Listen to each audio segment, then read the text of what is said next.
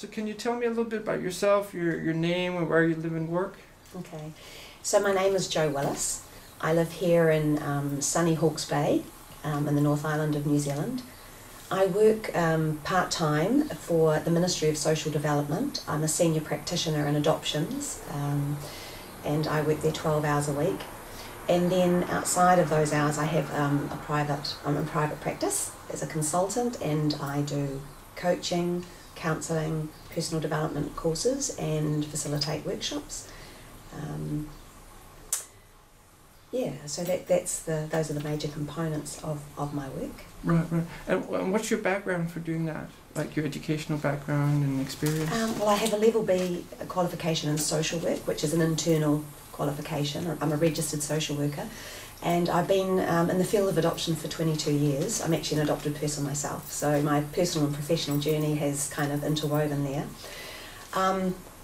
Out of that, being a social worker and in adoption, I realised that I needed counselling skills, so I studied and completed a diploma in counselling.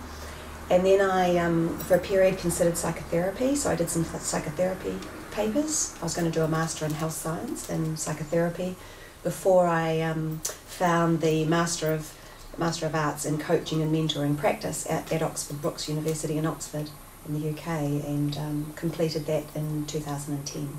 Right. And what about positive psychology? How does that weave in there? Yeah.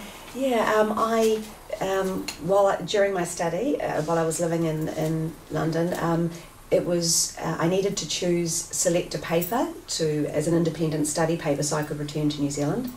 And I'd been curious about positive psychology, and my lecturer had suggested that that might be a paper that I could do as an independent study and then weave it into, it might be that I want to do some research. So I found online Pennsylvania University Introduction to Positive Psychology with Tal Ben Shahar, and so in 2009 did that. Right. And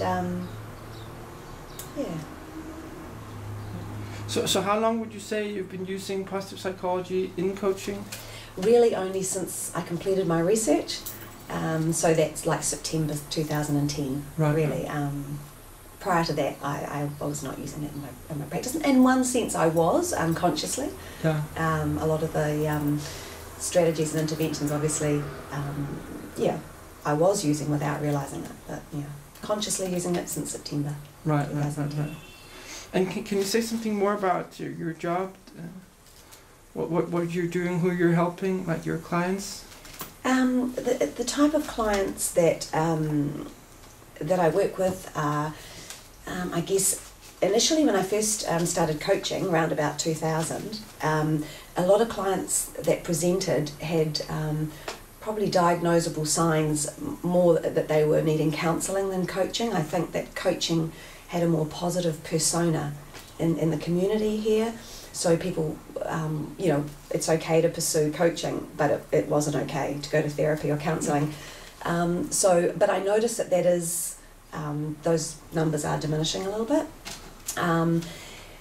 So mostly healthy people wanting more out of their lives, people who have got sometimes stuck in repetitive or recurring patterns that are undermining their well-being, relationship issues, sometimes people in transition, or predictable developmental stages, midlife crises, things like that, life purpose, meaning, things like that. They're the type of clients, really. And when they ask you for help, what do they normally ask you for?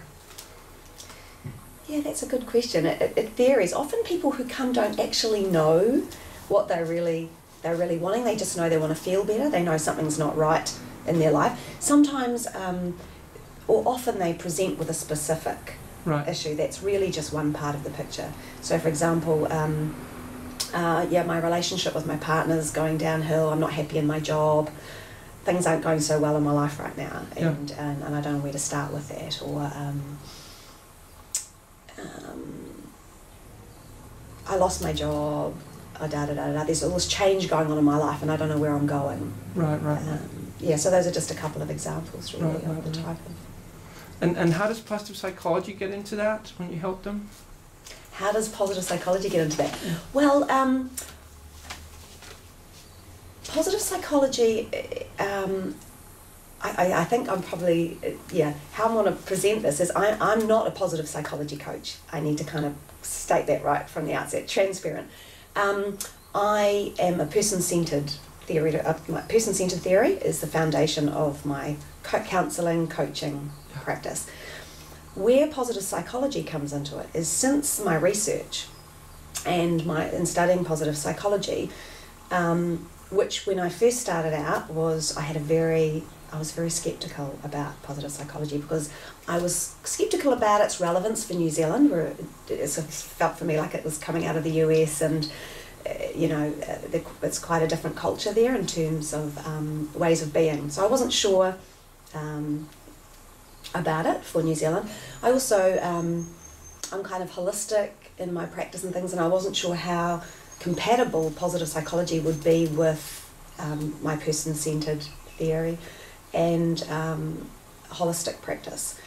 And I just want to say that one of my research participants was a university lecturer and another one was a psychotherapy lecturer. And both were, like me, we both acknowledged our scepticism at the outset of the research about it. However, there was obviously a level of interest that kept me going. So I weave positive psychology constructs in a person-centered way into my work with clients, where it's appropriate and in the context of what the client brings and the client's process. Also, just on the training, just to go back to kind of the training, is I've attended Barbara Fredrickson's workshops twice. She's come to New Zealand. Once she went to Australia, so I went to Sydney and did a workshop that she was running there. And then more recently, Auckland University brought her out for a Science of Flourishing workshop for a whole day, which was fabulous. So that's how I continue to keep up with the positive psychology training. And what does it look like when these people come to you for help? Like, what happens before you meet them the first time, when you meet them the first time, stuff like that? Before I meet, when a person first contacts me, I offer a complimentary half hour for us to meet. And that's an opportunity for me to explain how I work, to see whether that's is what the person is looking for, and also, so it's a two-way assessment process really. It's for the client to assess whether there's a resonance between us, a congruence, a sense that I'm the right person, and for them to do their work with, and for me to assess whether I'm the right person or whether I am actually the appropriate person to be working with this person. And at the end of that 30 minutes, I offer the client to go away and to think about it and just contact me back if they'd like to proceed. Otherwise, if the client says, no, I'm really cool, I want to go ahead right now, then we make an appointment. Right. And I also see what will be happening in that first session, and that first session is different from the other sessions in the sense that there's a portion of that session, the first session, that's quite organisational and assessment based and things like that, but that's not how the coaching's going to be for the duration. And during that time we'll talk about the specific issue or the particular area that they want to work on, and then get some kind of map as to how long that might be. That's not stuck in concrete, but it's important for us both to be really clear from the outset that there's a certain period of measurability, so that. And is that the first session or before the first session when you talk about this? No, that's in the first session. So whether we're going to engage is in the complimentary 30 minutes, and then the first session of coaching is different again. Right. Okay. And so what else happens in the first session? Like you said, it's very organisational. So you want me to talk about the first session of coaching? Okay. So I guess that's where the assessment process takes place, and so the assessments that I use are the Wheel of Life, the tanks or pillars of a balanced life, a values inventory, And sometimes also, if I feel it's appropriate, Barbara Fredrickson, her website has got a kind of a happiness positivity ratio where people can answer some questions and measure where they're at. If I feel that's appropriate for the person, that one. Yeah. What we do then is talk about get clearer about what the person's wanting to do, and we talk about the parameters of coaching, what confidentiality, what happens to the material, the notes that I keep, how the it's like a really clearing up, so there's transparency for the client. So we talk about everything we possibly can. It's like setting that up, and so there's the assessment process, and then there's making sure that I explain how, maybe go on a little bit more deeply about how I'm going to work with them, and offer them an opportunity for questions, and just really set up the whole framework. Right. And then what happens? And then that probably takes maybe 20-30 minutes. Yeah. And then the next half hour is really starting to get the process underway. Right. So I start with asking the client what they would like to work on in this session, what's on top for them. Yeah. And then I work with that. Using the positive psychology framework, when I'm using positive psychology, prior to a session I prime myself. Yeah. So I get my head in that space of reading through my positive questions that I use to build rapport with the client. So I kind of get myself in the frame, and then in that first session of coaching with the client, I am using the positive questions to cultivate positivity, as well as to feed into the assessment process. So I'm inviting them to tell me a bit about themselves, some of their successes, their strengths, what do they love, what's going well in their life, things like that. And what that's doing is it's giving me a really broad picture of the client, as opposed to just the problem or the issue that they want to work on. It's giving them an opportunity to start to become self-aware. Yeah. And it's giving me an opportunity to assess their negativity ratio. So is this person, in their language, in their body language, what are they telling me about how much positivity I can use here, how much is appropriate?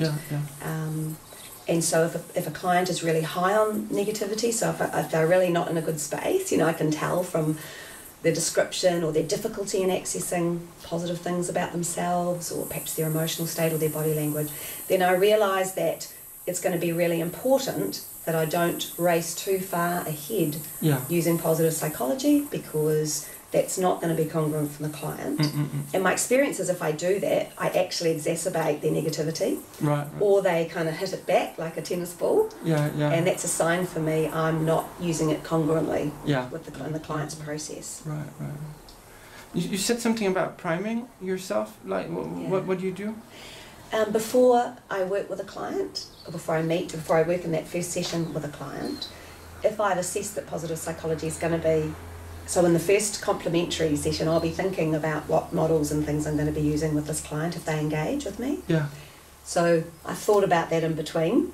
So when I'm working with them, if that's what I've decided, that positive psychology will be what I'm going to draw on as part of the model in working with this client, then I prime myself first by immersing myself in positive material, going back over Barbara Fredrickson's work, going back through my research, going over the questions that I'm going to use in the session, and that kind of gets me in the frame. Right.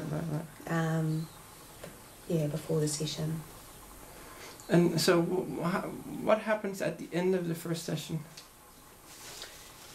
At the end of the first session, there's a sense of we're just starting to get into the work. Ideally, for the client, it feels solid, that they're really clear where they're going, where they're at, how it's going to unfold, and what the expectations are. Because I have expectations around engagement.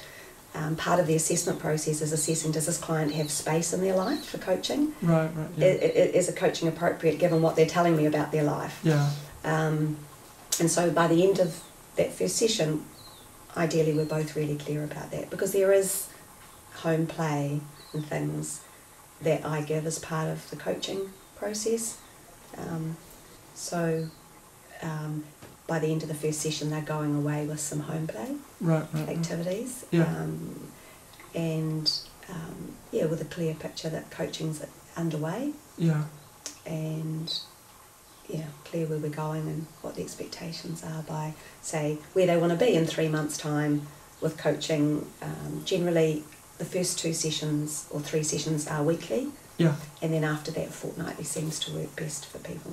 Their time frames. And how long is the session? The sessions are 60 minutes. Yeah. And you said you assess their kind of willingness or engagement. So how do you do that? Is that a test or a question, or to find out whether they have the time? Yeah, I mean, those are questions to tell me a bit about yourself. Where do you work, about your life. And as they're telling me those things, and I'm using positive questions around there as well, I'm getting a fairly full picture.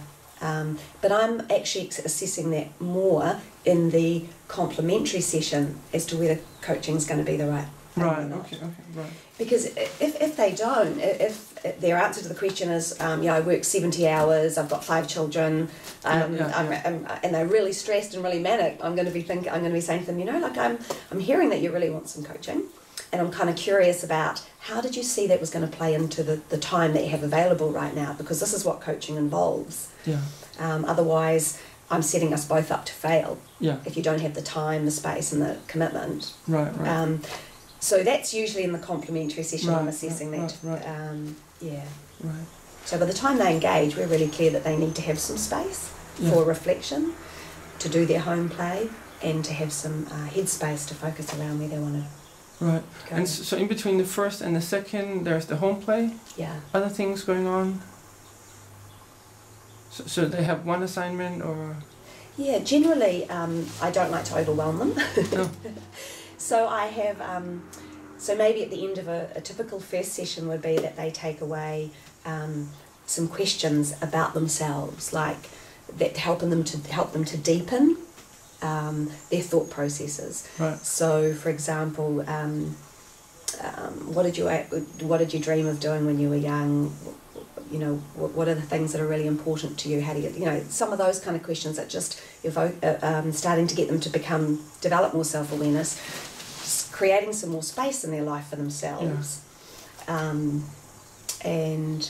in a sense that they are working outside the session. Often I will add other handouts to those things, depending on what comes out of the session. So, for example, someone who is struggling with themselves and the way they feel about themselves. They don't like themselves very much, and so it's really hard to connect with what they really want, because they kind of we've got to help them to feel a bit better about themselves first. So I might give them that a best self exercise or future self, to kind of start dreaming out possibilities, to start what else? Or nice sayings. I talk about a journal. I invite all my clients coaching clients to purchase a journal, and I talk about the benefits of a journal from Positiv Psykologi. I've written journals since I was like 16 years old, and I'm absolutely a fan of them, long before Positiv Psykologi. And what I love about the journal and how I explain to the client is that in coaching, while we do deal with feelings that come up in the session, we don't focus on those, and that actually the journal is a really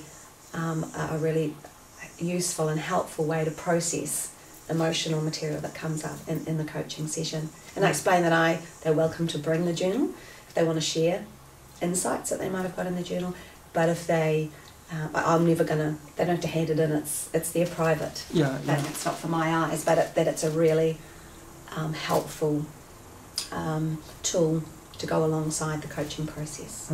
So I guess I'm also giving information or encouragement around mindfulness and developing an observer within themselves. That's not always the first session. I mean, it depends on what space the person is. If they're rearing to go and they're fizzing and everything, then that person's going to get a lot of stuff. but my timing and that is with the client, and people are all different, so I tailor what I give and what I think will be helpful. Sometimes I give books and they'll talk about a particular topic and I'll say, actually, I have a book on da-da-da, would you be interested if you want to borrow it? Other resources that I might have latest research that's come out, photocopy that. Yeah. But that, again, I keep wanting to go back to the fact that that's the trigger for me as to whether to draw on those positive psychology interventions is if the client, in timing of the client and using their language. So they'll talk about a topic. Yeah. And then I'll flesh that out and support that with the material that I might have from positive psychology. Right. I'll write that down because I'll let you get back to that with the timing, the tailoring, the principles. Yeah. And so what happens in the second session typically? Well, in the second session we're usually kind of right in the work, so to speak. So what I do first of all is in their first session, just towards the end, we are looking, so where do you want to be? Where do you want to go? Because I think it's really valuable to start shining a torchlight on the vision of where they want to be. So by the second session, beginning of the second session, we're fleshing that maybe a little bit more. And then we're starting to look at some of the things that might get in the way of that. So we're looking for recurring patterns and themes. Not really looking for them, they're just coming up. The minute someone starts to move towards their goals and dreams, up comes the material that's blocking them. That's why they're in coaching and they're not doing it themselves. So that seems to be, by the second and third session, what we're really chewing through. Yeah. And I'm just working with what the client brings and weaving in collaboratively and appropriately tools and techniques. Sometimes it's cognitive behavioural, sometimes it's positive psychology. Yeah. Just depending. Yeah. And what happens at the end of a coaching engagement? Like when you stop a coaching engagement? You mean in the sessions? At the end of each, what happens? Oh, at the end of it each could be session? in the session, but it could also be at the end of the whole engagement. Like Okay. so you have the beginning here, and what would happen at the end. Okay. Could I just talk about the end of the session? Sure. Yeah. So just to finish the session, if I'm using positive psychology and I'm using the positive questions at the beginning to set the scene and to build and enhance rapport, then at the end of the session I finish it what I consider to be congruently, and that I also use I summarise what's happened in the session, drawing in the positive as what from what's come up during the session and what came out, what was revealed at the beginning. So there's kind of a sense of that's the note we started on and that's the note we finish on. Right. So that the client goes away, for me, with a sense of fullness around the session. Yeah. That we haven't just kind of finished on where we were at, but there's a nice kind of beginning and completion in the process. Right. And the whole process, like when the client kind of wants to stop. Yeah. How do you end the coaching engagement? That's something that's been a learning curve actually, because often we review it at the end of what we've agreed to. Like say we've agreed to a 3-month coaching plan, and then we're going to review it at the end of it. Most often clients go on from there. They don't necessarily at the same frequency.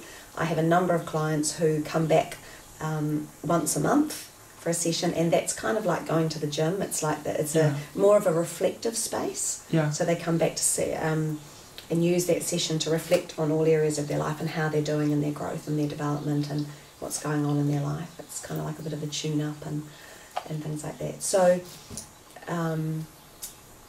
in terms of specific endings, when I do conclude an engagement with a client, we review back verbally over the process and how it's been for them and how they have seen their growth and development over that time.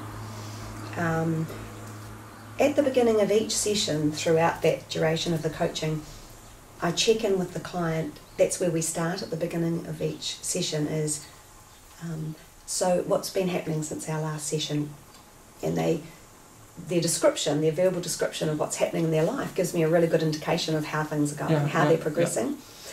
And also often their recounting of people who know them, the comments that their partner's saying or their boss is saying, and then what they're saying about, you know, oh my gosh, I'm so relaxed, and I just said this the other day, or oh my gosh, this has just happened, and I can tell by their aliveness or what they're sharing. But I also, before we get into the work for that session, I always say, so out of 10, where would you say you are in terms of where you're wanting to go, say compared to the last session? So at the very end of the coaching, when we're winding up our coaching engagement, again I'm asking them that, but for the whole period that we've been working together, and how they know they've achieved their goals, and what are the signs that what are they now living that's different. And we do the reflection, we bounce back from, so what was it like at the beginning? Oh, when I came to you, da da da da da, and oh my God, I can't believe it now, this is the way I am. And what do you think were the core things that got you from there to there? What are the strengths that you,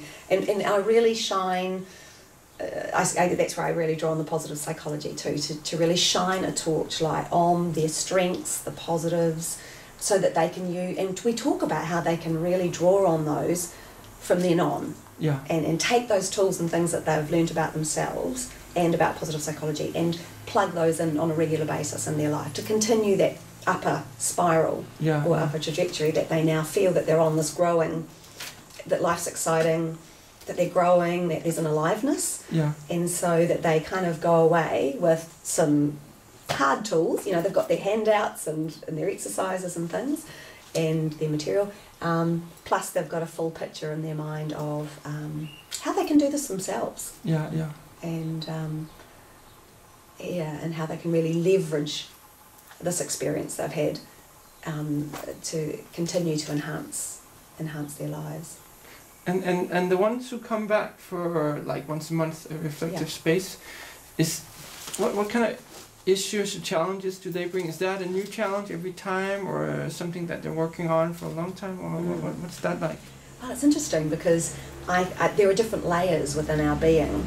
My experience is that there are different layers within our being, and so these very deep-seated early patterns that form from very early life. So for me, being adopted, I have a really deep-seated pattern around rejection and abandonment. And no matter how much work I do, I can manage it and have a much better life as a result of it. But at the end of the day, there are still going to be experiences in life that will trip me up every now and then.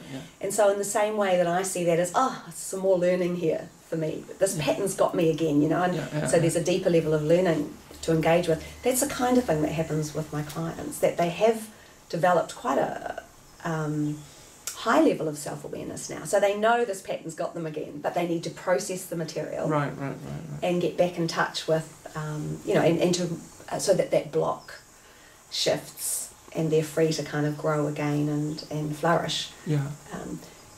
Sometimes there are new things come up, but after a while, really, I'm just this forum or the space. They do the work themselves. It's really exciting to watch and really neat, because I just create this safe space for them to connect deeply within themselves, and the trust is everything else is in place, that we've engaged at that deep level. So they just come and do the work, and I feel really lucky to be part of it. And they go off and they feel fabulous, and it's cool. And I see it as a really, just before, it seems to work if I have couples who come once a month, and individuals, and see it as a coaching / supervision / counselling, existential questions / it's a forum where they use it for whatever stage of their development, whatever's going on. It's nice stuff. It's great. I experience the same kind of thing. You mentioned assessments. Like, how do you use an assessment? Do you give them to answer it online or paper, or? For me, I find it nice to do together. Right. So we do it in the first session. That's that first 20 minutes of the first session together. I find that doing it together, often the client's a little bit hesitant, not so clear, because their head's been somewhere else. They've been at work, or they've been somewhere and they race to coaching and they race into the session, and it's just For me, it's kind of starts our relationship on a collaborative, equal level, right. where we're sitting together, Yeah. and I'm supporting them to kind of do this, and we're talking talking together about it, Yeah. as they kind of do it, and that seems to open up a range of possibilities that maybe just doing it on their own they hadn't thought about. I'd also invite them to take it home to reflect on it between our sessions, because I said, there'll be more that'll come up for you from the session today. Also doing it together, I find because I'm getting a lot of information from them as they're telling me, as they're looking at things and then telling me, because their body language, their tone of voice, the way they are, there's a huge amount of information that I'm getting as we're doing it together. Right. So for me, that's how I like to, the values one, I get them to do for home play and bring back and talk about it. Right. But the Wheel of Life, those first couple of ones, I like to do together. Yeah. And the positivity ratio online, they can do that online themselves. But just the first couple works well for me in that way. And when you do the assessments in the first session, how do you get them to kind of stay focused and not just go off track and start talking about some of the issues? Good question. How do I do that? I don't notice anyone does that. Sometimes, at least some of the clients that I've had, they start talking about what they wanted to talk about. So I have to kind of keep them focused on the activity. On the activity. If I want to go through with it. Yeah, I'm wondering whether in the complementary session, whether I give them an opportunity to go blur. Okay. Yeah. And then I'm quite containing in that first session, because I'm setting a foundation, and if I get that right, the rest is going to be fine. Yeah. So I think probably I am being a little bit more directive in that first 20 minutes of the session, right. and then I just let them go for it. Right. Okay. So I guess maybe it's my tone and my body language. They kind of just seem to behave. Yeah. Right, I don't know. They seem to just, and I explain why I'm doing stuff. Yeah. I'm always. I feel like that's what I would like. If someone's asking me to fill out forms or to do something, I kind of want to know why. Yeah. And so perhaps that's engaging them as well. I explain, well, this exercise, it's designed to do this, and this, and that will help us then get really clear about which part of your life you want to work on. And sometimes people find it reveals something they didn't think was an issue, but when they did this exercise, they found like, whoa, actually I need to work on that before I need to work on that. Yeah. So I guess I'm kind of talking to them as well, and not promoting what we're doing, but giving them really good reasons how valuable it is. Yeah. And same with the values exercise. It's like, well, lots of things become really clear once you've done this exercise, and it can be really exciting and interesting to discover that. So I guess there's a little bit of inspiring in there, and encouraging and explaining. Right. And so that one, or the positivity ratio, if they do that online, how do you follow up, like when they come at the next session?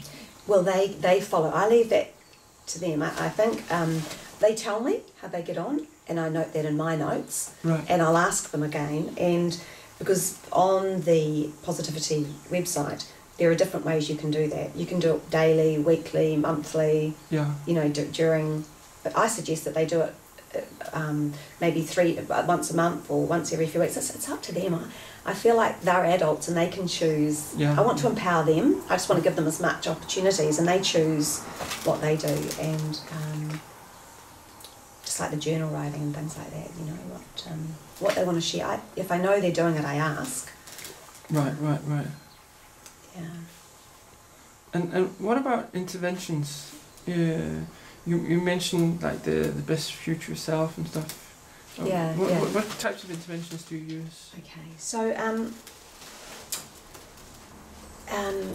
I jotted down some things, so I didn't want to miss out on any of them. Okay, so I use sets of positive questions to cultivate positivity. Yeah. And as I said, I particularly start with setting the scene for myself, and then getting to know the client. Yeah. And I use also the positive questions to extrapolate out the good, or to stay focused when a client, what I notice, and I don't know if this is New Zealand culture, but we have a tendency to gloss over the good, Yeah. race over the achievements, race over, and so I noticed that, I'm like, oh, I noticed that you talked about that, could you tell me a bit more about that? Yeah. And it seems, I noticed when you tell me about that your face lights up, and wow, how does that feel? And spend some time around that moment. Yeah. But I've got to pick it up. Well, the client revealed it. Another intervention, like I use language, and that I do that in the priming, is check my language, that it's language of strength and possibility. I use savouring, celebrating, and positive reminiscence. They are what I've noticed with those interventions. I can talk about maybe that a bit later about when they're useful. I'll talk about that a bit later. And reflective questions, which are more person-centred than necessarily positive psychology, but framed in a positive way, questions to facilitate reflective thinking, in my experience, enable people to work through challenging material in a way that enables them to feel supported and buffers them a little bit from the intensity. Yeah. And that was something that came through in the research as well, that that was some experiences that clients and participants had with that. So that's really helpful. Yeah.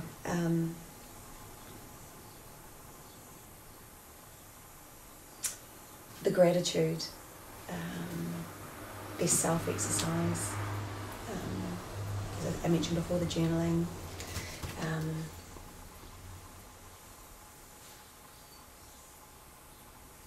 They're probably the main ones that I use. And when do you know which one to use? Well, I guess a whole lot of things. I would say a combination of being congruent with the client. I work holistically, so I'm using a bit of intuition, I'm using my academic knowledge, my experience, I'm triggered by the client's language, body language, what they're telling me, and then intuitively I'll sense that here's a really good time to use that, or this seems suited to this particular client in this particular moment. It's not something that I think I'll just grab that from here, or right now this might really help. I'm moved to use the intervention by being congruent with the client. That's how I see it. And when I know I've got it wrong, I've done it from this other head place, is the client ignores it, steps over it, resists it, starts getting defensive. I'm like, woohoo. Move out of that space. I'm directing the session now, and I'm a non-directive coach in that sense, as a person-centered coach. So those are the nuances that I pick up.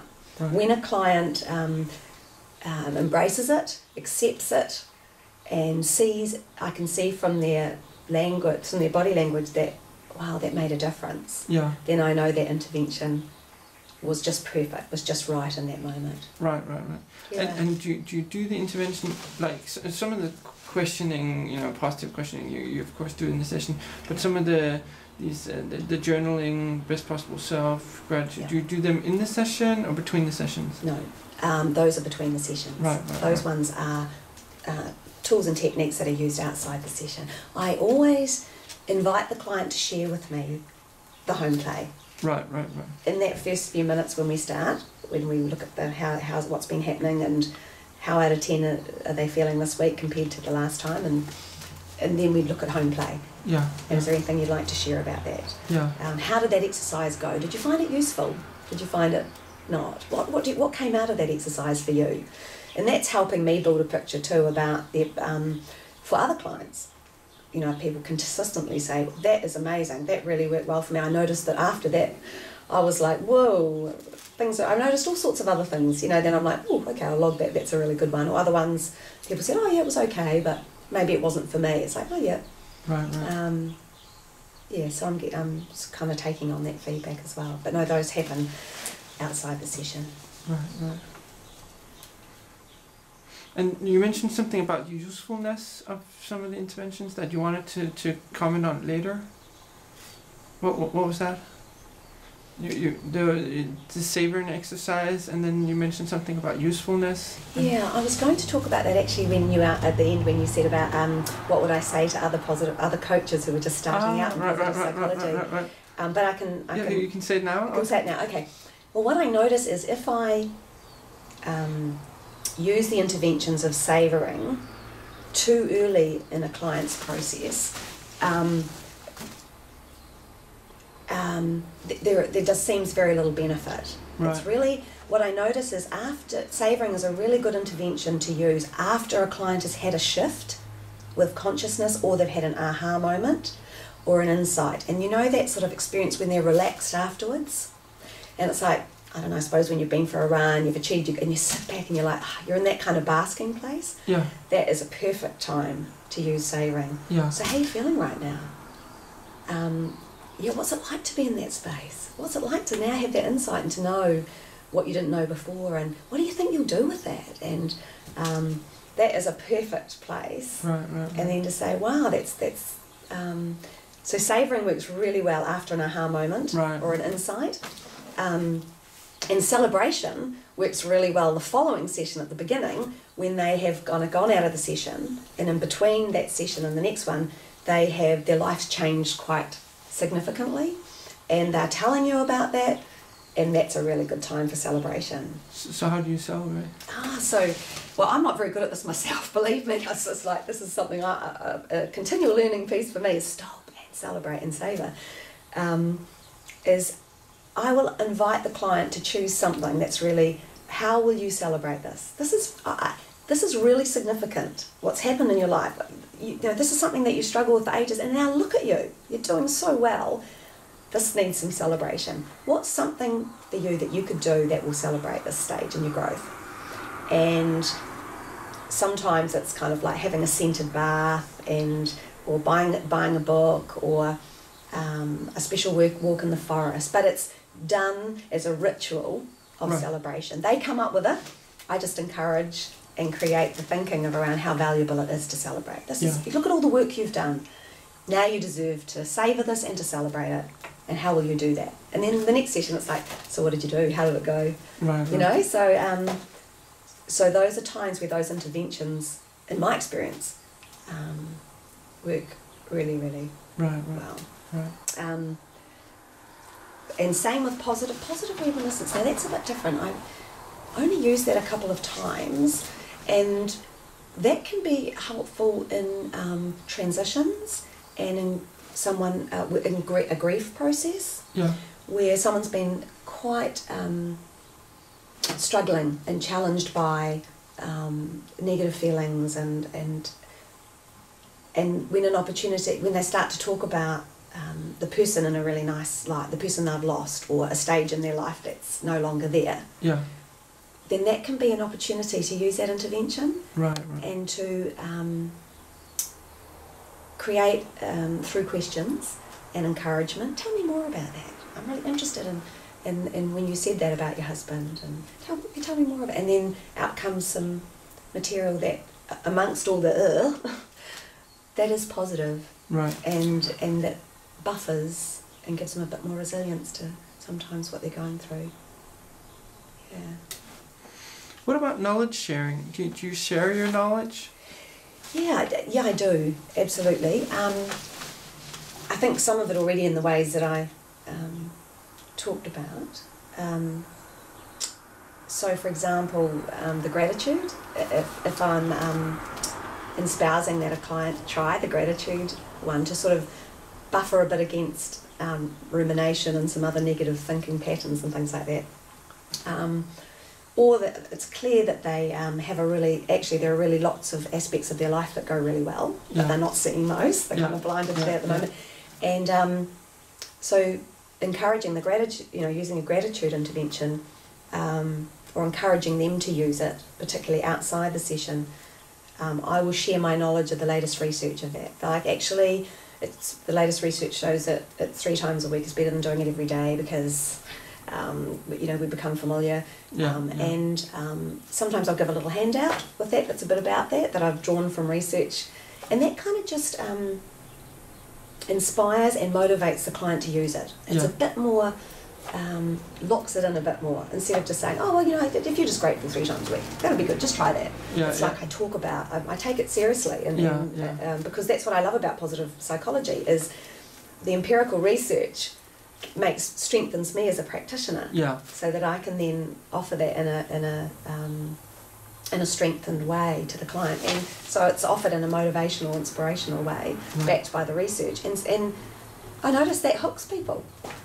And occasionally, I'll check in. Not occasionally, but I will check in on how that's going. And for some people, it works really, really well. And for other people, I can see it's not really their thing, and they're not really using it, and that's okay. They're totally individual. What interventions work for who? I'm always curious though about noticing what's working well for who. Right. Yeah. And have you found a pattern, or like what works well for who? I really like the best self exercise, or the future self exercise, because as I said, I think in our culture, in New Zealand culture, we're very hard, we're self-effacing, we're very hard on ourselves. Yeah. And I remember catching something on television. There was I think it was an American professor who was visiting New Zealand, and he was telling them in the interview on television, he said, you Kiwis, you live in the beautiful country, you absolutely, but you're quite negative as people. And I think some of that is, just about every one of my clients would have a very low self-esteem, doesn't like themselves very much, they're squeezed out of their life, their quality of life. They work really hard, but their actual quality of life isn't that high. So I find the best self-exercise and positive affirmations and things are consistently beneficial to the process, and looking for their strengths and encouraging them to look for the good. They all right across the spectrum are useful interventions with each client.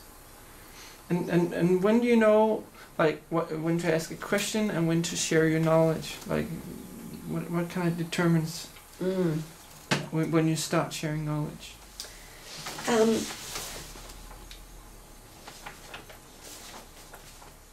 I think the knowledge sharing comes more when I'm talking about home play and using interventions outside the session. That's when I draw in my experience and my knowledge, and use the research. Right. And often I'll back that up with handouts that they can take away. Sometimes I use it to correct misconceptions that people have about happiness, about well-being, and I will say, take that. It's kind of an invitation when they're talking about it anyway. They're sort of saying, "Gosh, I worked and I thought when I got to the stage in my life I'd be happy, and now I'm here and I find da da da da da." And it's kind of, they've got an open question. They're telling me, but I'm picking up an invitation to share, to make a comment about that. Right. And I see that as an opportunity to share knowledge about, Sonia Lubomirski's work, Marty Seligman, the pleasurable life, the engaged life, the meaningful life, hedonism, Tal Ben-Shahar, what is happiness, what I've learned about what a happiness is. So that's really when I share that kind of knowledge. As I mentioned before, sometimes to evoke further confidence in a tool. I'll kind of plug a bit more knowledge or experience, and to elicit motivation sometimes about sharing more knowledge and information seems to empower the client to get on board, to come on board with a little bit more. Yeah. And you mentioned earlier something about tailoring and timing, and I think you also mentioned a principle. So I have this question about flexibility and adapting. Can you say something about that? Yeah, I think okay, because this is really important. Because in my research as a person-centered practitioner, it was very tentative beginnings in using positive psychology, because it was not necessarily congruent. I could see that in positive psychology there's kind of a mandate to strengthen the positive, where in person-centered theory there's a working with what the client brings and working with in the client's pace, and there is no mandate to focus on anything except for what the client brings. And so I was, in as an early practitioner, and I still see myself as such, there's a tentativeness around, as my confidence grows and using these interventions in the model that I work with. So a way for me to ensure that I'm still working in line with my values as a person-centered coach is weaving them like straw, as Carol Kaufman talks about, weaving them like straw through. I use the client's words as triggers, or use their words to then use the intervention. Right. Does that make sense? Yeah, that's it. Or I ask if I can use it. If there's an intervention I'm not sure about and a little bit tentative, but my intuitive sense is saying, this could really help here or be good, then I will ask. I'll say to the client, I'm kind of curious, I'm kind of wondering, would you be okay if I tried da-da-da-da-da, or would you be interested in me talking to you about this? So I ask the client. Right. So I'm very much introducing it in line with the content and the process. I'm not doing it from outside because my head says, oh, well, so that's how I use the positive psychology interventions. Right. The knowledge sharing and the other interventions I use differently, as we're not in that process anymore. We're now out of the process of coaching and we're talking about home play. Right. So we're having a different dialogue and we're not in this process. Right. Does that make sense? Yeah. And what about the exercises? Do you adapt those to the clients, or do they all get the same instruction? Or? What I notice is that I have adapted the language of the interventions to in line more with my holistic way of working, as opposed to just a psychology way of wording some of the interventions. And that, I also change that depending on the client's, my assessment of the client's, I want to say ability, but that's not the right word really. Well, I'm kind of meeting the client at what level they're at. Yeah. So, for example, in my research, when I was working with 2 lecturers, both within sociology and psychotherapy, my language and my sharing and things was at a different level than from other clients that I work with. So I tailor the interventions in that way. But the handouts, if I feel they need more information, they're typed and everyone gets the same one of those. Right. But how I explain it is different for each client. Right. Other things that you adapt, or principles you follow when you adapt, like the assessments, models, theories, or rules of thumb that you're following. When I adapt to this person, I do this, or could be anything. Nothing springs to mind, not a specific way. I'm really apart from my foundation, which is background in therapy and counselling, and in person-centered theory. I'm very eclectic, so I'm weaving in bits of other models that seem to fit this particular client's way of being in the world. And that is, as I said at the beginning, there's a whole assessment process. There's my academic head working, there's my intuitive sense working, there's my experience coming in, there's my knowledge from other clients. That's so I guess I'm adapting all the time, really. Right. I think what I'd like to do is to go right down into the foundations of relationship. Yeah. You talked about that as part of some emerging research. Is really at the end of the day, the quality of the relationship is really what is indicators are that's what really facilitates change, not all the things, the other things that we're talking about, the interventions and tools. Well, that's where I grew up. That's where my the foundation for me. It's all about relationships. So for me, in those early stages of engaging with a client, that's what I'm working with more than anything else. Right. I am working on building a level of safety, trust, through unconditional positive regard.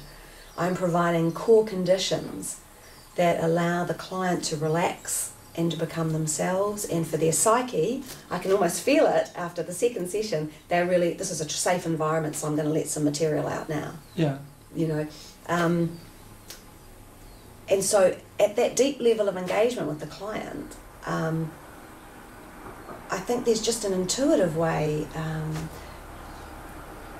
there's a resonance, an intuitive resonance. I don't know if that's like a mother and child or whatever, but it just seems like that's what it feels like for me, that I'm, as long as I'm centered and then I'm on track with the client in that way. So, and I guess, as I said to you before, I don't always know what's right, but I can tell from the client's reaction to my intervention whether it was right or not right, and that's a learning piece for me. Right. I was like, whew, okay, that worked. Whoa, bit early for that one, you know? Yeah, yeah. And I still see myself as a very beginning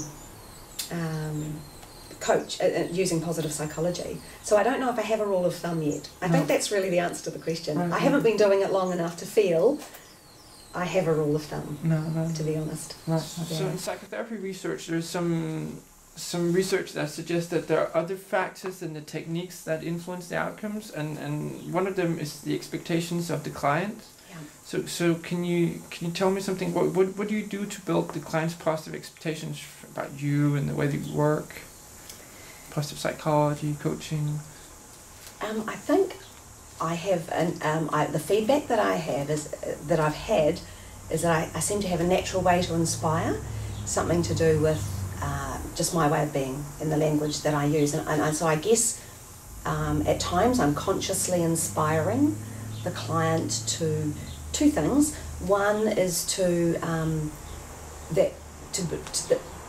within them is the best in them, that I believe that. Yeah. And that I believe that it's possible for them to reach their potential or to have the life that they have. So I guess that's an unconscious mandate. You know, I believe that, and that comes out in my language and way of being.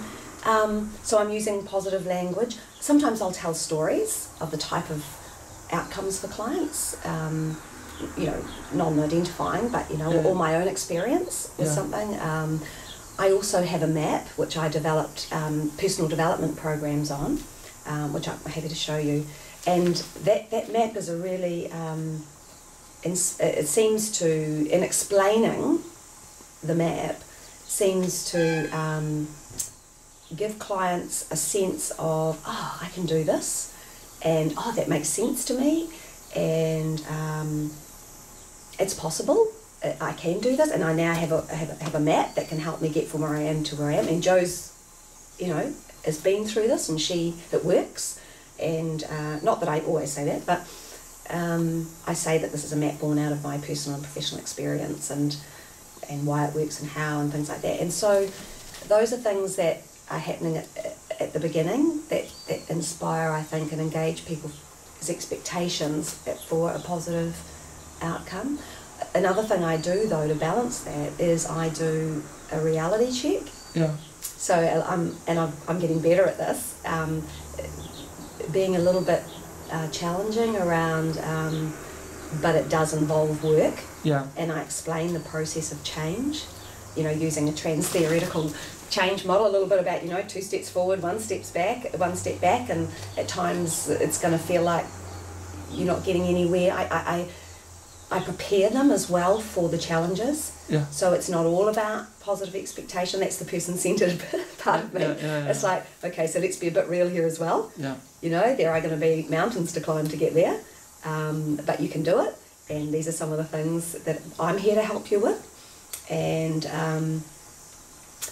a clear message that if they want the outcomes, they have to do the work. Yeah. Yeah, that's not just going to magically happen, and that I'm not going to make it happen for them. This is a collaborative endeavour. I'm on their team, but actually they do the work. Yeah. So that's, in a nutshell, at the early stages, what I set as a mandate, if you like, of a positive expectation. And along the way, I can, if I need to, I'll refer back to what we talked about in that session. Right. Yeah. And I feel if I get the foundation right, that was one of the things I mentioned earlier, if I get the foundation right about our relationship, parameters of working, the way I work, expectations, then it's not hard along the way. It's all in place. Yeah. And so I can just go back to it, and they're like, oh yeah, that's right. Or, yeah. oh yeah, I remember she talked about that. Yeah. Yeah. What about the relationship? Can you say something about that? What do you do to establish a good relationship and maintain it? Oh, what were we talking about before? Is that what you're meaning there? Yeah. I think it's not easy to talk about because it's been around in me for so long. I guess it comes from my person-centred theoretical background, Carl Rogers, and the idea that if we offer a person, not just clients, but if we offer a person, an individual, unconditional positive regard and core conditions of empathy and respect and that positive way of, that human kindness and caring. And if we foster those conditions will allow the client or the person to relax and their psyche to relax, and that they will be more able to be themselves. Yeah. And that when they're more able to be themselves, then the blocks and the constraints to that can come up and be worked on. The defences are lowered by these conditions. And I put a lot of emphasis, for me that's foundational, a lot of emphasis right from the very beginning when we meet. I ensure that I'm really present and that all of me is listening, not just my head. All of me is present with the client, and so I'm getting lots of information, and my responses, my body language, everything is sending out, is building relationship. Yeah. And for me, I think, gosh, if I did nothing else, then that shows itself later on, because when clients come back and do those monthly sessions I was talking about, I mean, that's so in place, they just come in and boom, they just go, I don't even have to do a thing. No. So without using any interventions hardly. So for me, that's the primary. If I was coaching coaches, I would spend a lot of time on your own self-development, your own self-awareness, so that when you're working with a client, you can stay really present and access yourself without kind of reacting and having your own material triggered and thinking, oh, I know that's best, so that, again, you can be more present and congruent with the client. And then that ability to access that informed intuition, as you mentioned, is it's much more readily available. And I think I mentioned before about how the difference in the confidence in using that is, for me, if I'm thinking in my head about whether I need to use an intervention and I go up in my mind and start climbing through my books and research material looking for that intervention, then I'm using my head and I'm no longer present with the client. But if I'm working really congruently with the client, something will drop down to me, and it'll sit there and I'll think, oh, okay, perfect, and use it. And 9 times out of 10 it is perfect, and 1 time out of 10 it's like, oh, wrong timing. So for me, that kind of comes out of the ability to be present with the client, and not be in my head. And what about client engagement? Like, do you do something to help the client stay engaged in the process? Like you make them expect that there's some work, you give them some home play, other things you do to help them stay engaged in working towards their goals? Yeah, one thing I found really, really useful was, as part of my research, it was actually part of one of our papers, the Coaching and Mentoring Practice paper at Oxford Brookes, was a reflective space form. And there were about 5 different questions. So what happened, what's your reflection on what happened, I can't quite remember the other one. And I used that in my research with the participants for them to reflect on their experience, and that was part of my data. And while I was doing that, I was thinking, wow, this is it's a really excellent way to, for them to deepen their learning outside of the session, to get further insights, because in the research the participants handed those in. So what clearly came through to me from what they'd completed was feedback for me as a coach, because it was like, wow, so that worked really well for them, and I got a lot more information about the way I was working with them. But also what I saw was they also got a lot more from the session by filling that form out after the session. So I call that a reflective space form, and I give that to clients after each session, and for that very purpose, that the reflection on the learning and the growth or the interventions is going on. That for me, the idea is that they are engaged in a process. It's not just 1 hour of coaching. Yeah. And so that I find a really potent tool. And so they write it down after the session by themselves? Yeah. And do they bring it? If they want to. Right. Yeah. I see that as something to enhance their learning. Right. In the research, I got those handed in as part of the data. Yeah. I haven't got to that stage of feeling that I want. It would be probably good for me to invite a client if they would like to hand it back. But some do bring it and talk about it, particularly when they've had another aha. Oh my goodness, Jo, I need to tell you about this. You know, when I was filling out that form afterwards, it kind of came to me that da. Yeah. And that's kind of how I get the idea that that is a really useful tool. Right. Because it takes it deeper. Yeah, it does. Yeah. Really nails the learning and keeps them engaged. Well, what else do they tell you? Like, what other kinds of feedback do you get from the clients? Oh, just one other thing about how they stay engaged is I get them to set their own goals between sessions. Yeah. So I ask them at the end of the session, so between now and our next session, what is it that you, towards your end goal, what is it that you're going to do? Yeah. And so that also keeps them engaged. It's like, they don't walk out the door and can just forget about it. No. And secondly, that accountability. We're agreeing.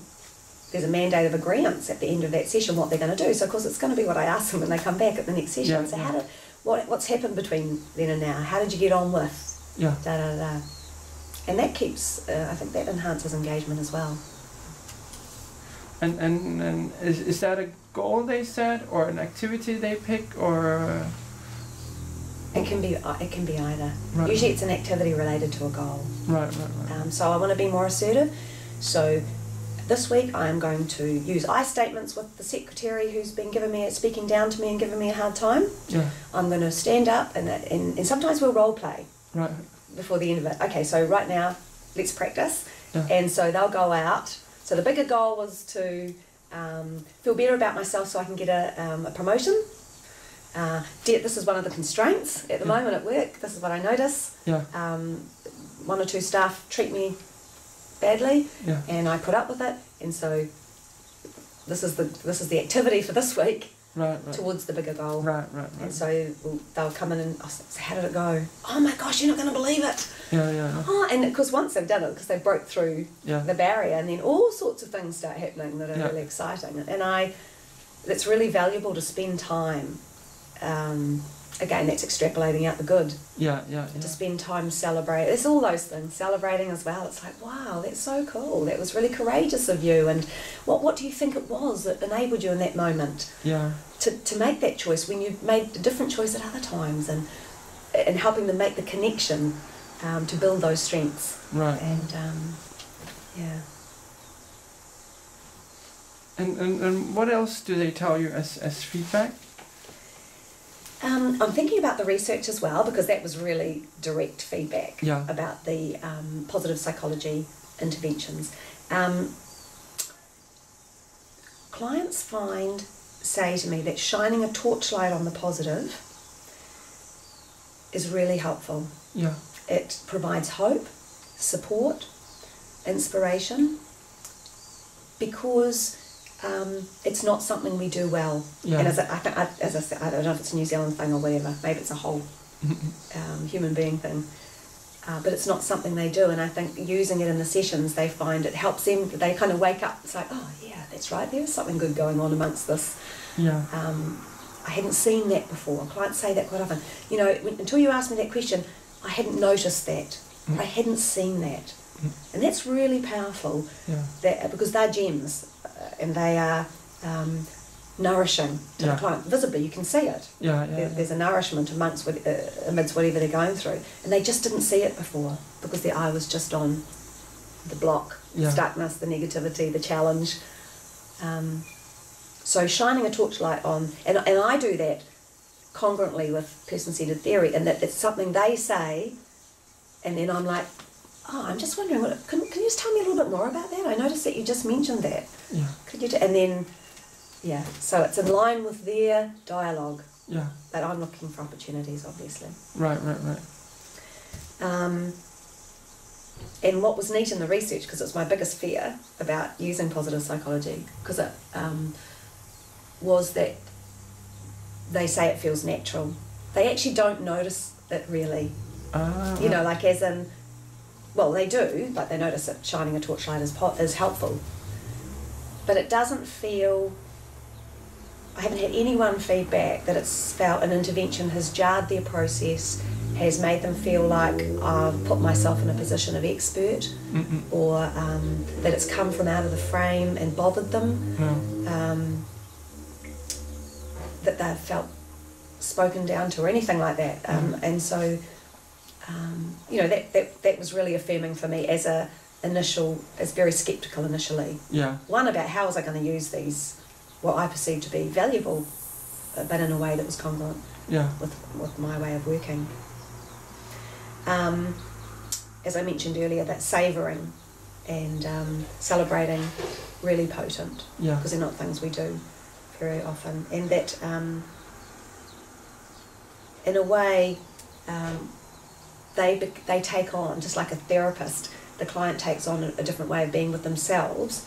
Clients say that they notice that they are more positive in themselves, that they then start asking themselves the questions that I've been asking, that they can say, oh, and I heard you, Joe, you know, I'm standing in front of that person and I could hear you saying, I think, what would Joe say right now, you know, and ask the positive question. It's like, yes, that's it. Because for me, it's about empowering them to take the tools from here and not need a coach in the future. So that's a sign for me that they're really growing and that they're getting a positive benefit. And how do you tell, or how can you tell that they're progressing? At the beginning of each session, as I mentioned, we measure verbally, first of all, so what's been happening, how, and in their recounting of their stories about what's been happening, they themselves, both of us, are kind of teaming up to look at the change, what's changed. And sometimes there's real subtleties in there, like before they came they might have actually thought there hadn't been much change, you know, because in those early stages of growth and change it often doesn't feel that way. But together, when we team up around it and there's a curiosity and, you know, use sort of, again, positive and curious questions, often more will be elicited out of that. Sometimes that's not necessary. Sometimes they're just popping out of their socks. Often by the third session I open the door and they're like, oh my God, you're not going to believe what's been happening to me, Joe. I'm like, woohoo, this is good. So I don't need to do it. It's clear as a bell what change has happened and they're thrilled with it. But in those early stages when it's not so noticeable, we might have to do a little bit more work around that. I also use out of 10. So, as I mentioned earlier. So how would you say you're going in terms of coaching? Say compared to last week, or say compared to before. Where are you at with that in your? And is that specified, like? So do you do that in general? So how are you doing now from 1 to 10, from where you started out to where you want to go? Like that's very general, or do you take one specific goal and from 1 to 10, and then another specific goal from 1 to 10, or what do you do? If their goal is specific, so for example, the one I mentioned earlier about wanting to be more assertive, so that she could then be in line for promotion, then I would be using those examples to measure. So how much more assertive do you feel after that experience? Now, since we last met, we role-played that exercise and then you went and did it and came out really well. So how do you feel you're going in terms of your growth around becoming more assertive? So those are the stepping stones, but the goal is to feel really much more positive about herself so she can put herself forward for promotion. But as we get further down the track, the out of 10 will then be related to the goal. But initially it's to the smaller steps, smaller achievable steps. we know what the big goal is, Yeah. but we need to focus. Yep, we know that, and we talk about that. But also, what's important is that we focus on the incremental steps that are going to get you there. So just that I understand it correctly. So the measurement of 1 to 10 is to the small goal, and then in the end you also measure 1 to 10 to the big goal. Yeah, towards the later stages, maybe towards the second to last or the last session. Right. But occasionally we kind of pop our head up and have a look at the end goal. Right. If that makes sense. Yeah, it does. Usually in each session there'll be some reference to where they're going. I will contextualise something that's occurred. So when the client came and said, "Oh, you're not going to believe it. I was assertive and all these amazing things happened and that was so cool," and then I will précis that in terms of where she's put that in context to where she wants to go. Right.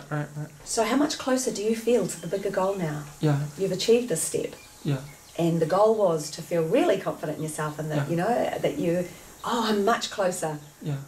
Out of 10, how much closer would you be? I'm 8. Yeah.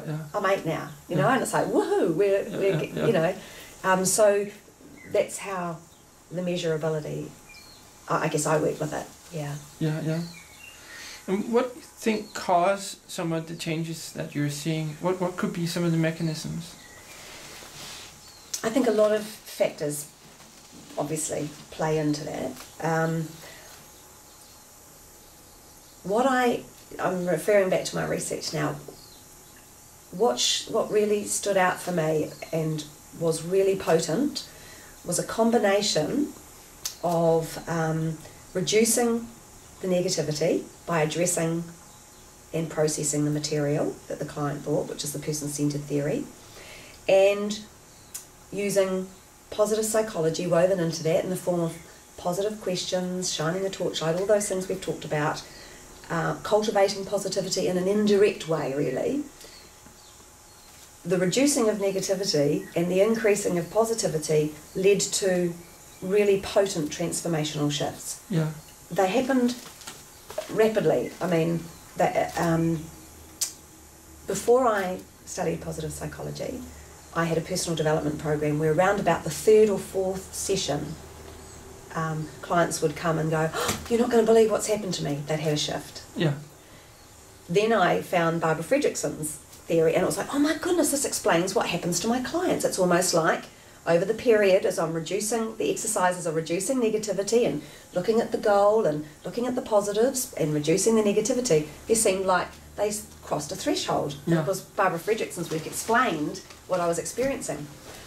So my analogy is, after 3 or 4 sessions, I'd open the door. In my research, this was happening after 1. Yeah. And that was, or during the first session. And actually I found that potency raised ethical concerns for me and everything. I was kind of like, oh my goodness, is this good for the client that transformational shifts happen that quick? Yeah. The feedback in the data was like, wow, that happened, it just happened so quickly, everything changed so quickly, my whole life changed so quickly. So there was a whole lot of, in the simplest recipe was that reducing the negativity and infusing the positivity together created a potent environment on a platform of person-centered foundation, core conditions, seemed to work. Yeah. Right. That was quite exciting and scary. Yeah.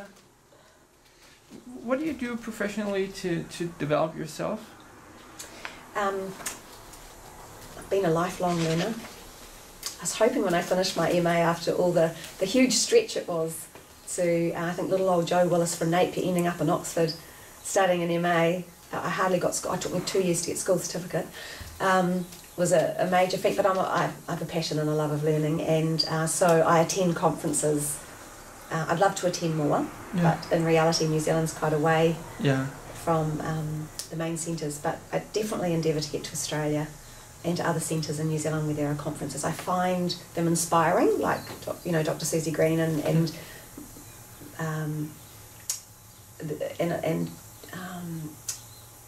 just the conference with Todd Cashton and about meaning and purpose and things like that. It really infuses and keeps my passion and energy going. So I love doing that. And I belong to the New Zealand Positive Psychology Association, and I belong to the International Positive Psychology Association. So I'm regularly receiving, almost daily, between those associations, I'm receiving the latest research, the latest book reviews, what conferences are on, what other positive psychology students and practitioners are doing, what they're using. I'd like more of that. There is very little of what other coaches are using. Yeah. It's more about psychologists Yeah, and their work. So I find that really feeds my knowledge. And I mean, no, I'll probably do some more study at some stage. But I feel like now it's just integrating my research and integrating my studies today. It's really more about the practice and the experience. And when you integrate something, you just learned something new, what do you do?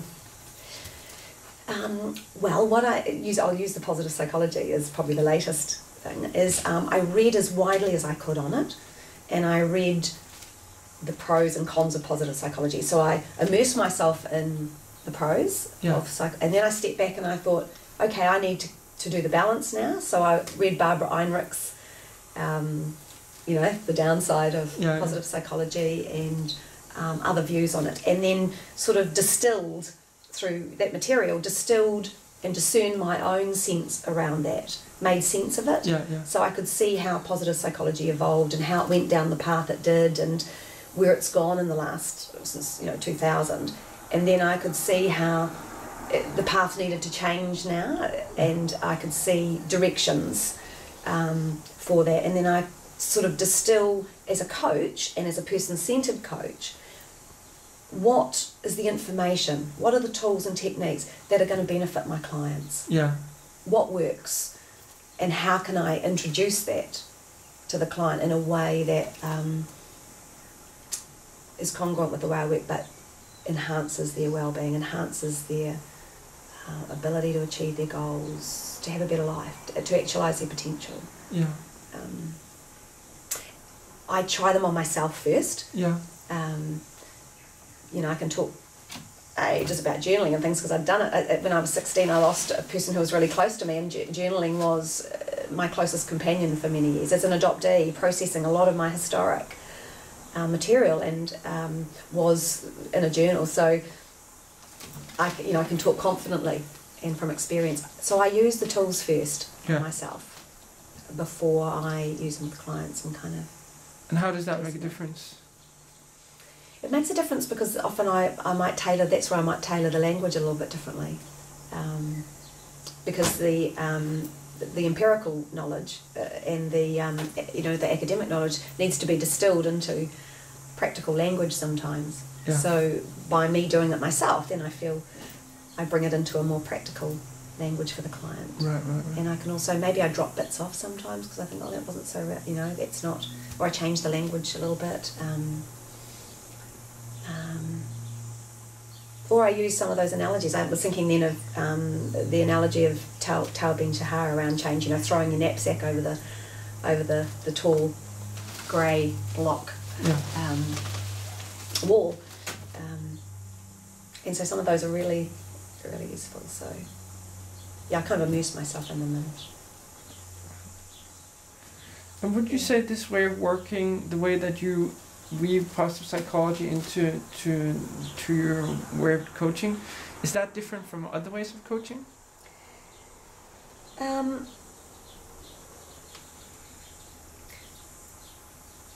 think for me, I don't, as I mentioned earlier, I don't see myself as a positive psychology coach.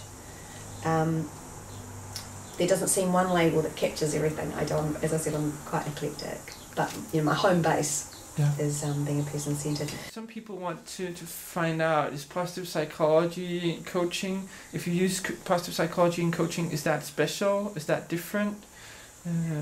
So would it look the same way if you didn't know about positive psychology and you're just doing your ordinary stuff? Not for me, no. Positive psychology has had a significant impact on my coaching, surprisingly, as I mentioned earlier. In the sense that I think it gives it together.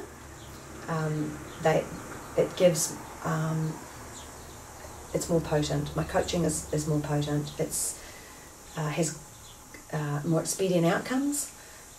I feel I'm giving my clients more robust quality, a fuller picture, and it comes from strong roots. Yeah. It feels credible. Yeah. I feel like I can draw on that expert knowledge and take that from the ivory tower down into the, as Tao says, down into to make a difference in the community. So that's the difference that's made to my coaching. Right. Yeah, I would have thought it was fine before. Before I did my research, I thought it was fine.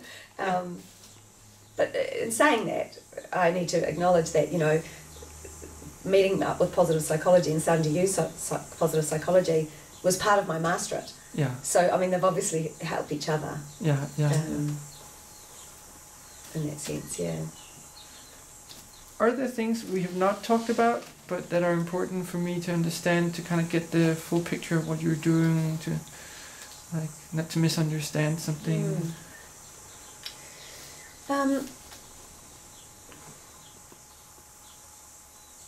I guess the only thing, I mean, I've mentioned the fact that I'm adopted.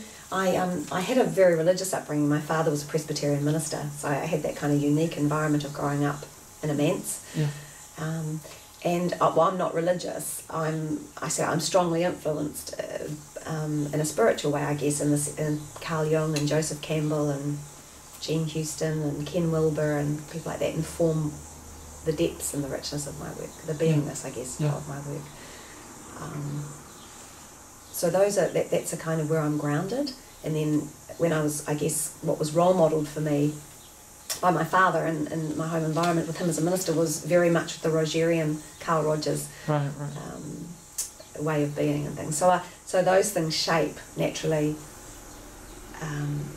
who I am and how I work, and a sense of strong sense of justice and emancipation and things like that also, you know, having been adopted and closed adoption and things like that. So I guess they are personal threads that weave into my practices and shape. You mentioned couples also. Is it different when you work with two people instead of one person? It is different, yes, definitely. And I weave positive psychology into imago, relationship therapy, and person-centered. So when I'm working with couples, those are the three models that I draw on. Right. So I'm more centered on the imago, but I'm using positive questions and all the tools and interventions we talked about. But the basic framework for that is person-centered theory, then imago, and then weaving in. Right. So the way that you weave it in is the same as we've talked about? It's exactly the same, yeah. Okay. Yeah. But the imago is what I use with couples, and I don't use that with individuals. So that's the difference. And what advice would you give to other people who are interested in this field, in taking something from positive psychology and weaving it into coaching? This is really out of my research and my little bit of experience, I think, because I feel, again, I'm quite a beginner with this. Setting a scene of positivity is probably the strongest point in my practice as a coach that I use positive psychology. It works really well to set the scene, both within myself and in the context of the coaching forum. Using positive questions at the outset of coaching to get a more fuller picture, both for the coach and the client, so that they're not just focused on the problem, the negative, or the anxiety. Like clients, naturally there's an anxiety when you first, well, I have it when I first sit down. I was nervous when you were coming. But asking positive questions, I notice there's people relax quicker. So I find that really, really useful to put them at ease. Asking permission to use a specific intervention where possible. It's not interrupting the flow of the discourse, but being able to, if it feels right, just to gently say, I'm just, as I mentioned earlier, because I think for me that naturally I'm coming from a person-centered approach, so that's congruent for me to do that. So that reinforces that the client is their own best expert. I'm just on the outside of that, I'm not coming from an expert stance. No. It's really useful to assess the client's negativity and positivity ratio at the outset as part of that assessment process. Yeah. Through observation of the way they describe themselves, their lives, the issue that they bring, and their language, their body language, everything. Yeah. Because for me, that then is a signal as to where and how I'm going to use positive psychology interventions. If they're high on negatives, it's like I'm going to have to use more person-centered theory to start with. Yeah.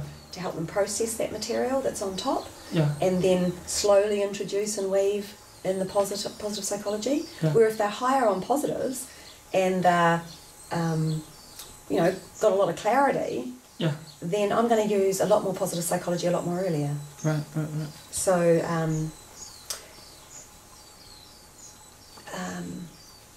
but shining the torchlight on the positive, as I mentioned earlier, that's a really useful thing. Weaving positive information that I've gleaned during the session into the summary, that's really helpful. I feel like that leaves, if what I notice about the client is they go out feeling buoyant, they go out feeling solid, and that they've had a good experience, that they've had value, because in the summary it's what we've done, it presents everything on a plate of what we've done, but also being conscious that the positives that we've talked about are on the plate. Yeah. And also it's congruent with the start, so I feel for me it's a holistic. Yeah. While positive psychology interventions work well for an issue to be resolved, they're not as effective in that working with historic material. Yeah. They do tend to intrude upon a natural process, in my view. But they are, if delicately asked questions, when a client is working through that historical or painful material, can just sometimes, as I mentioned earlier, be a buffer. Yeah. Can give a bit of hope. Yeah. And a little bit of a lift. Right. And the feedback from a psychotherapist who was part of my research, she commented specifically on that. Right. About its gentleness. Yeah. And its efficacy was really profound for her as a psychotherapist when she was working through really painful material. So that said a lot to me, because I was really worried, It was really good that I found that was, it seemed to support self-esteem. Yeah. And build a little bit of resilience while they're in there. Yeah. Yeah, so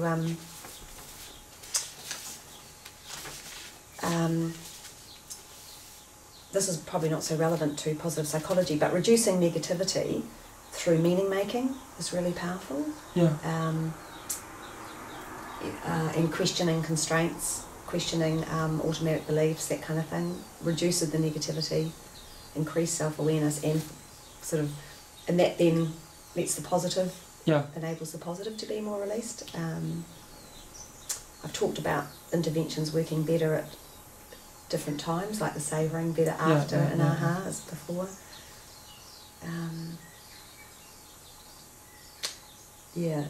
I think I've mentioned already, if I'm too positive too early in the process, or if I've misassessed the person's negative ratio and put in too much positivity, then they certainly let me know. Yeah. And through defences or stepping over it, ignoring me or whatever, I find it's really interesting. So how I see that, I interpret that as the client needs more time to process that material, and so I just realign myself with that again and might try that intervention later. Yeah. Feels appropriate, or I might actually just decide for the rest of this session we're actually just going to stay with that. Right. Because I've had 2 or 3 messages that don't want that. Yeah. However, if that went on for a number of sessions or even a couple of sessions, I might start to think, this might be rumination or gratuitous negativity. Actually, I might want to challenge this. Yeah. It's not processing historic material. No. So those assessment processes are going on constantly in the work. And things that you would like to know from others, like I have a chance to ask other people some of these questions. What information would be most useful for you? what they find works, you know, what interventions that they find really powerful for clients and why. What their experience is as a coach using positive psychology. I'd really like to know about their own professional development. Yeah. As I said, I feel like I'm very new at it, and I'd love to sit and hear how positive psychology coaches who've been using it for a while now, you know, what they've learned and their experience. I'd love to draw from that. Yeah. Yeah, maybe how other people use the research material and integrate that into coaching tools, how they take the research outcomes, maybe create tools, Yeah. and then use them as interventions that are appropriate for coaching. I'd be quite interested in that. Yeah. Yeah.